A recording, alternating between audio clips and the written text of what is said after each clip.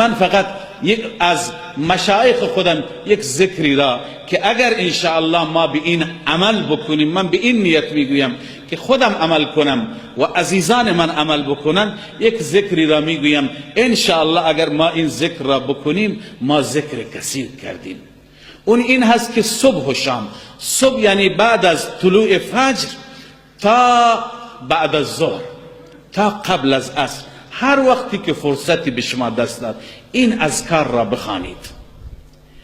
100 مرتبه لا اله الا الله، چون افضل الذکر است. البته 99 مرتبه لا اله الا الله، بار سوم کامل، بار صدم لا اله الا الله محمد رسول الله. 100 مرتبه شما اینو بخوانید. 100 مرتبه سبحان الله و بحمده سبحان الله العظیم، همون چی که الان در حدیث خواندیم.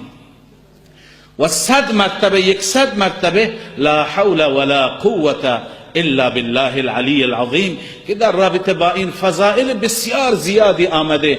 یکی از اثرات این ذکر این هست که انسان صاحب توفیق میشه، چون که همه چیز را به الله می سپارد و از خودش توان و قوت و همه چیز را انسان نفی می کند. اون وقت الله به انسان توفیق میده. و برای دفع وسواس هم این ذکر خیلی مفید است. خیلی از جوانها میگن ما وسواس داریم، بسیاری هم مریضی های اعصاب و روان دارند.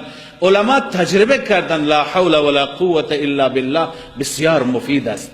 و 100 مرتبه درود شریف، درود ابراهیمی یا درود مختصر اللهم صل علی محمد و علی آل محمد و بارک و سلم.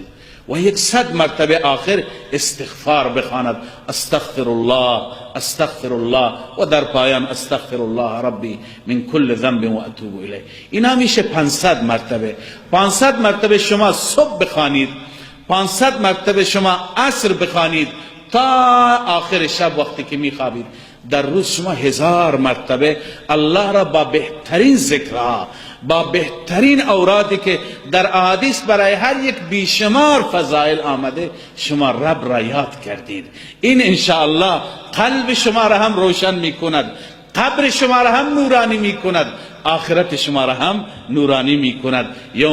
یوم یسعى نورهم بین ایدیهم و بایمانهم، که آیه شریف نصف آیه را خواندم که در اون روزی که نوری دیگه نیست، اهل ایمان نور دارن انشاءالله باعث نور میشه.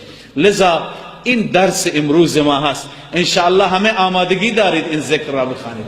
الله تعالی به همه ما توفیق عمل عنایت بفرماید. اگر انسان وقت فارغ بکند 15 دقیقه تا 20 دقیقه بیشتر طول نمی کشد. ما 24 ساعتمان به چه کارهای لا یعنی مشغول است. 20 دقیقه بشینیم رب من را با حضور قلب، با خلوص و با نیت پاک الله را یاد بکنیم. انشاءالله دنیا و آخرت ما درست میشه.